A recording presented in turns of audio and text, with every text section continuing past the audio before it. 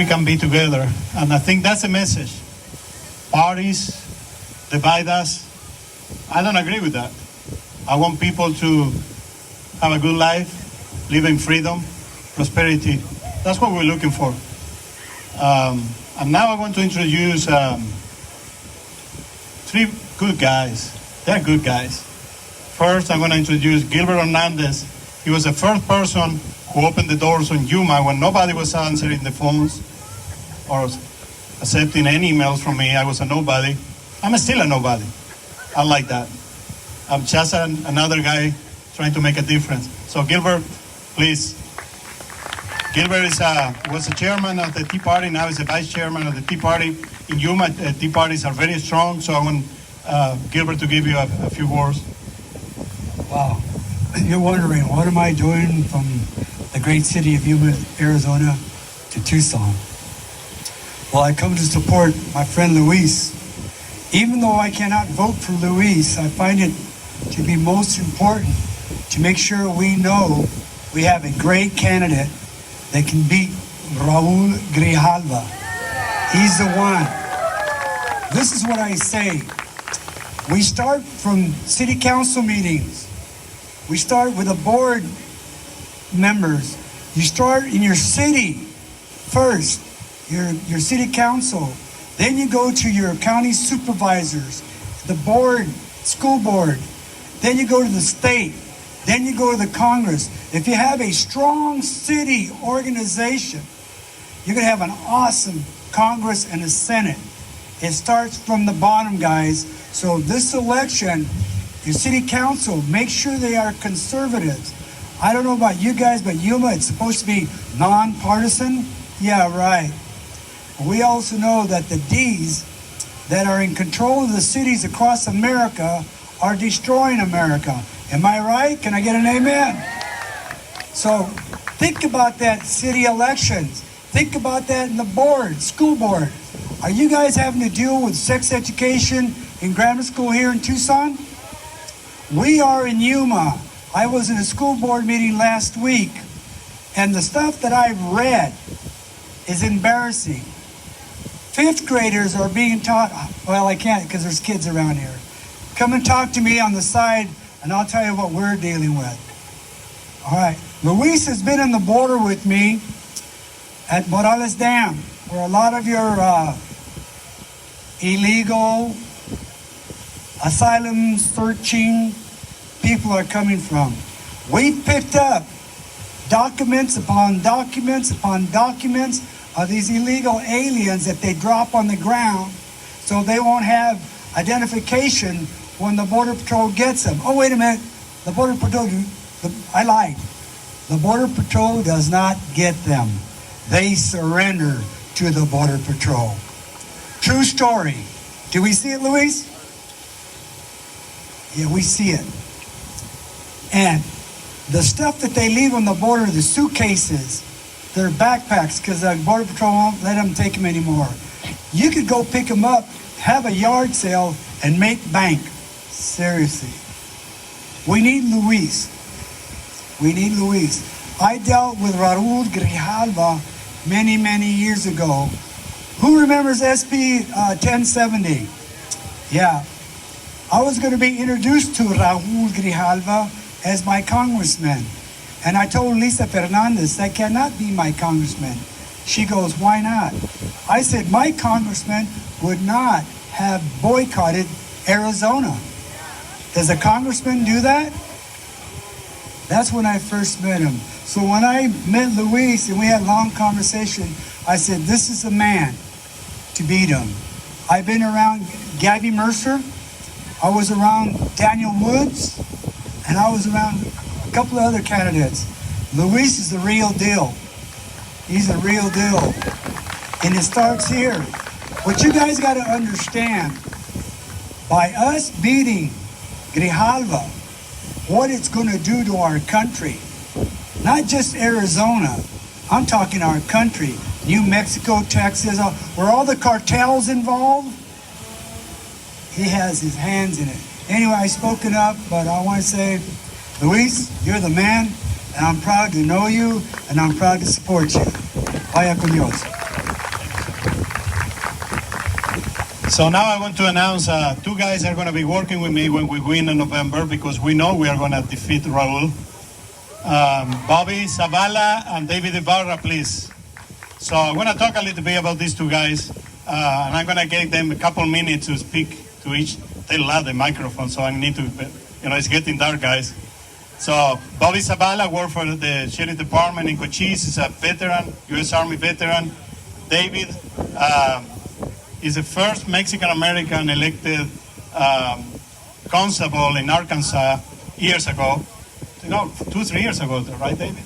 David worked undercover against cartels and gangs in LA for years, and is also a veteran. So I want to bring them over here so you know the type of people we have. We are not improvising. We have people that are experts working. Bobby and David, please. Both come together. You're like twins with the hats. Thank you, Bobby. Want to go first? Go ahead. Folks, thank you for having us. As most of us have in our life, as I'm looking around here and we were talking to people and I was meeting people, hardly anybody's from Tucson. We're all transplants from somewhere, Iowa, Ohio, you name it, other countries. And the reason I'm here and the reason I wanted to support Luis was my folks are from another country as well. We're from Cananea, right south of the border. And this is the wonderful thing, is my father immigrated here in the 60s, legally, and he worked for 30 years in the mining industry. If you guys have been here long enough, you know the mining industry in Phelps Dodge. I'm a miner brat. And let me tell you, my dad, until the day he passed away, had a flag waving in the front yard. He wasn't a veteran, but he was very, very grateful for the country that provided him his life and provided his children a wonderful life. So that instilled that sense of duty to me. After high school in southern Arizona in Cochise County, I joined the service, spent 22 and a half years, almost 23 years in the military, and wanted to come back. And somebody said it earlier, but we wanted to make a difference. And I've always been that kind of person to want to make a difference. And when I came back, I thought, you know what, I'm going to come back to Cochise County, and I'm going to go into law enforcement. I'm still with them now. I work patrol. I've done a slew of different jobs down there. But when I was looking on social media and looking at the next election, next presidential election, I came across Luis's information, and I'm thinking, who is this guy? I never met this guy before. Who is this crazy looking guy? So I started reading, I started listening, and I'm like, that's the guy. That's the guy. That's the guy that we all need to fall behind. That's the guy that we need to push to the top. So, I would love to say that I have a catchy phrase, but everywhere I go, I carry a flag. Because think about this. This is our country. Black, white, round, tall, skinny, short, it doesn't matter. This is our country. So when I see somebody who came from another country that loves our country just as much, if not more, than us that were born here, that's a guy that I would follow. And that's a guy that has my 110% support. And Luis, in law enforcement, and he'll tell you the same thing. We have a saying, we got your six. We got your back.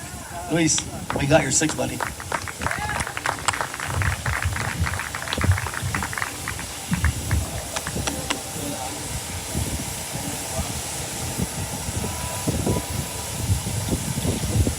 Good afternoon.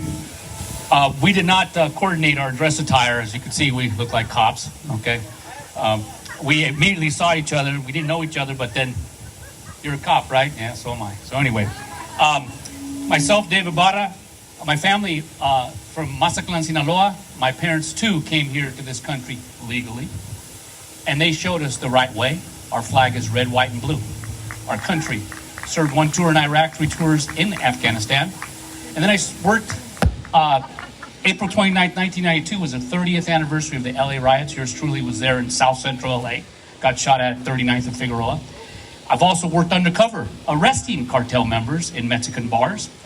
I would do my best to hablar español perfectamente bien. It means I was talking Spanish, but somehow they would figure out that I wasn't from Mexico. So I'd tell them I was from Tijuana. Because we have a little bit of a Pocho accent in Tijuana. So then I was okay.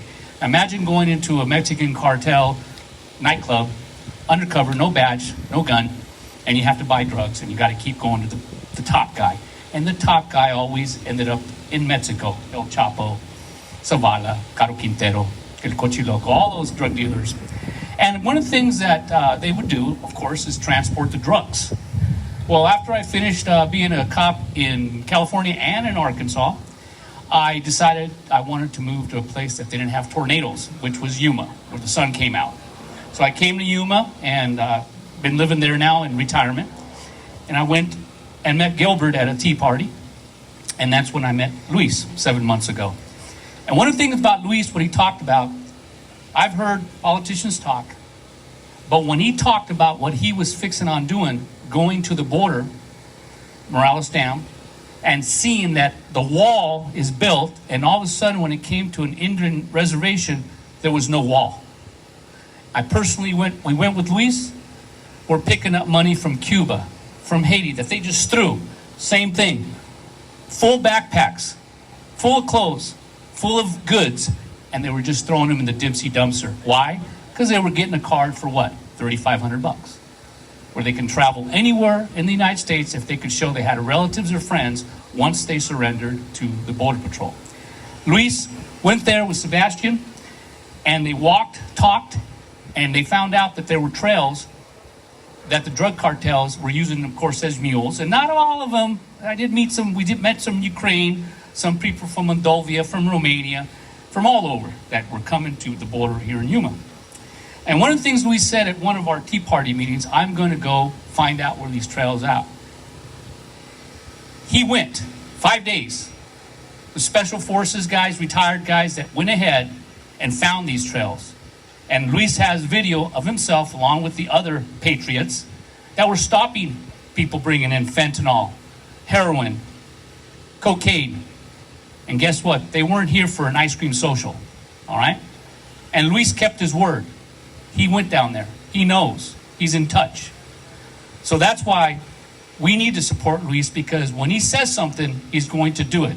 And if you see that he's going to make an excellent congressman representing us, and he's in touch. He's not going to be sitting behind the desk. He's going to be out there, boots on the ground. And that's what he made his promise. Okay? And yes, of course. And like I said, when he said he was going to do it, he did it. And once again, he'll be going back to the border to check it out. And guess where the trails are at? In Grijalva land. Okay? And you tell him, sir, we tip, calls. Hey, sir, they're bringing him in. I don't know what he's doing, but he's not doing nothing. Okay? And yes, of course. So basically, there's a saying, and so on the side of my patrol car, it used to say, service with integrity. Con honradez se hace más. With Luis, that's what we have, service with integrity. Thank you very much.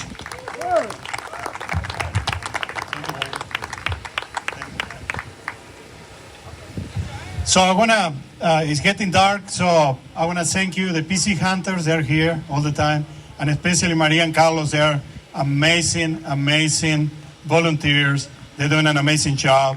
Thank you, Carlos, thank you, Maria. They're doing an amazing job. The PCs are over there. Where are the PC Hunters? Only one? Two? Oh, he's hiding behind Carlos. Where's Bob? Oh, here you go. You're always apart. You're missing the shirt. You need the shirt. So, it's interesting, to see how many people together. We started this race a few months ago. We are not paid by any PAC. We are not paid by any lobbyist like Raul does, or other Congress people or other people running. We're doing this with small donations. Our work. My wife, thank you, my wife. She's taking care of the two businesses, working very hard. Sometimes, I was coming the other day, she was coming home, it was midnight. She doesn't ever complain about, because she believes what we're doing. So if you see me around and you say how amazing work he's doing, you need to think how amazing work she is doing, so I can do that. She's the one. So, I see in Arizona, and I see so many good things, because I have a vision. I'm a business person. I'm a visionary. That's what they brought me here. That's what they brought me to be, from being a dishwasher to be a business owner. That's where they bring me from, have my first permit to be able to work, to be a citizen. I believe in processes, and I believe in discipline. I work very hard. But I see, I have a vision of Arizona. That vision, and you see so many big farms, they are struggling, and the workers are struggling. High prices, regulations. Fertilizer is going up 300%. Gas is going up. Diesel is going up. You see our young coming from college. My campaign manager graduated last week, right? Sebastian? My daughter graduated from high school this week. And I'm thinking, what we're doing? We're breaking this country. What we're going to transfer to the next generation? Nothing.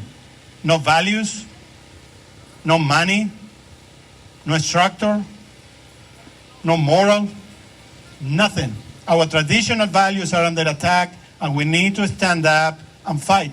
That's the only reason I'm doing this. I don't need the money. I don't need the power. I never want to be in politics. I was the son of a politician, from a very honest politician. My father probably is one of the only politicians I know never put $1 in his pocket. He died poor, and he came into this world. And he was able to be in every position, from Congress to the presidency, never have a new car, never have an expensive house. That was my father. But being the son of that guy left a lot of scars on me on my childhood. And I didn't want to be in politics, ever. I said, I never want to be in politics. But it's something more important than the scars I have from my past, is the future of my kids, my children, your children. And that's the reason I'm fighting for. We need to take this country back now. Not 2024, not 2026. The time to fight is now. So I see this new generation, especially in South Tucson, no opportunities, going into drugs. But when these kids have the right education, and that's why I support people like Val Romero, the right education, they're going to be prosperous. And when we have people, they understand business and promote business, medium size, big size, small businesses, we generate jobs and prosperity. But now you have people like Grijalva and the machine that Grijalva run that take over regulation. They kill businesses with regulations. We are looking what Raul Grijalva, with that appointee charge, doing in Benson, Cochise County, against this developer, just because that developer donated to the wrong party. It's a very bad precedent, Mr. Raul Grijalva, that you are going to prosecute people because they're giving money to the party you don't belong to. That's what Raul Grijalva is doing. He's a cartel's man. He acts as a cartel. That's what he is. And we need to change that. The poverty rate is going up and up in the last 20 years. We cannot afford this anymore. We need to change. We need to change. And I am a person, I'm a Republican because I believe in the values. I'm a Republican because Abraham Lincoln was a Republican. I'm a Republican because the Republican Party voted percentually higher than the Democrat in 1964 for civil rights for Afro-Americans. I believe in the Republican Party because we know, and I know it's not a perfect party, right, Alan? It's not a perfect party. But we know how to have gas at $2. We know how to put food on your table that costs half of the price that costs now. We know how to create jobs and freedom and prosperity and border security. That's the reason I am Republican, but I'm not close to work with another people like Raul Grijalva is. Raul Grijalva prosecute, harass, and attack everybody who is not part of his machine. And that needs to stop. And you are the only one who can stop that, not me. I'm going to be the instrument and the person who is going to represent your will. That's it.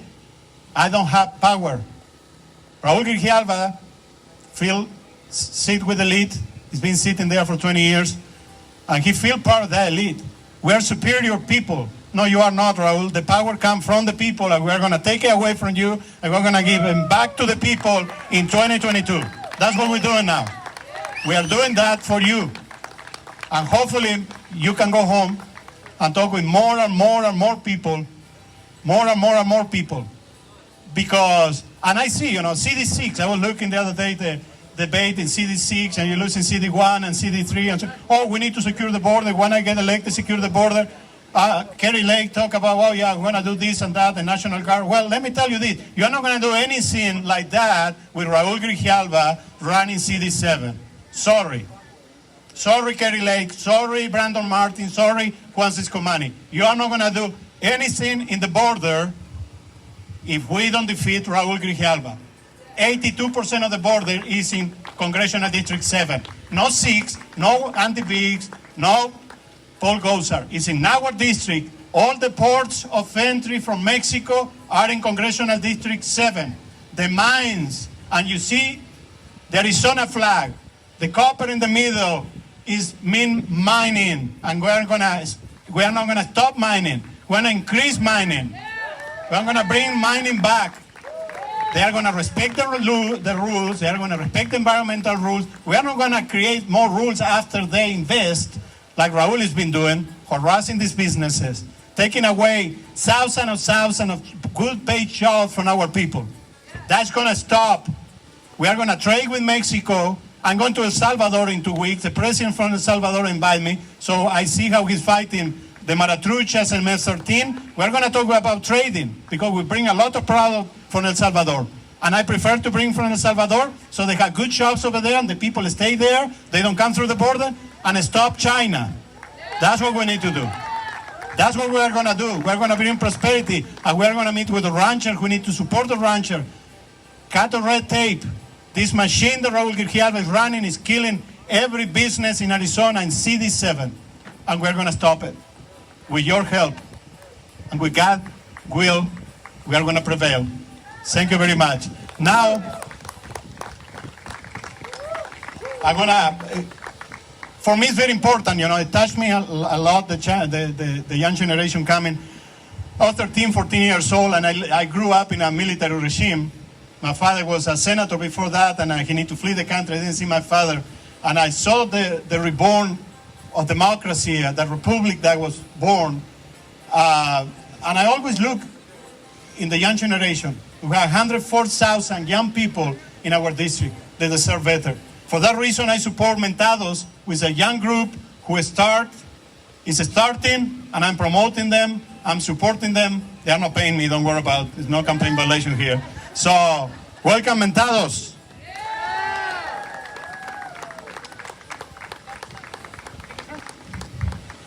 Well, thank you very much, Luis, for inviting the band. I am the manager of the group, and thank you for inviting us. And like I said, go out and vote. Let's make a change. The future is the change. And we want to say, Luis and everybody else, for the welcome.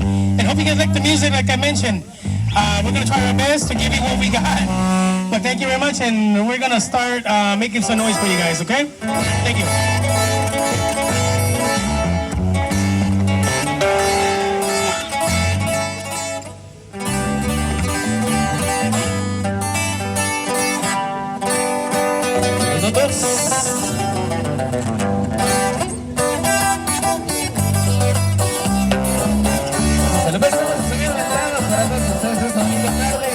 Gracias por la invitación, claro que sí. Y así comenzamos con familia, con los vecinos del auditorio. Sí.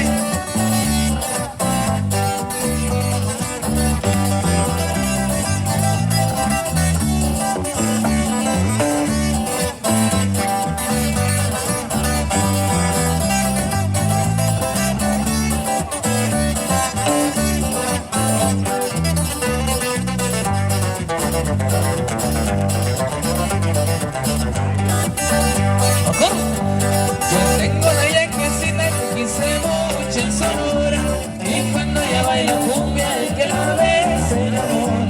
Yo tengo la yaquecita que quise mucho en Sonora, y cuando ella baila cumbia el que la ve se enamora.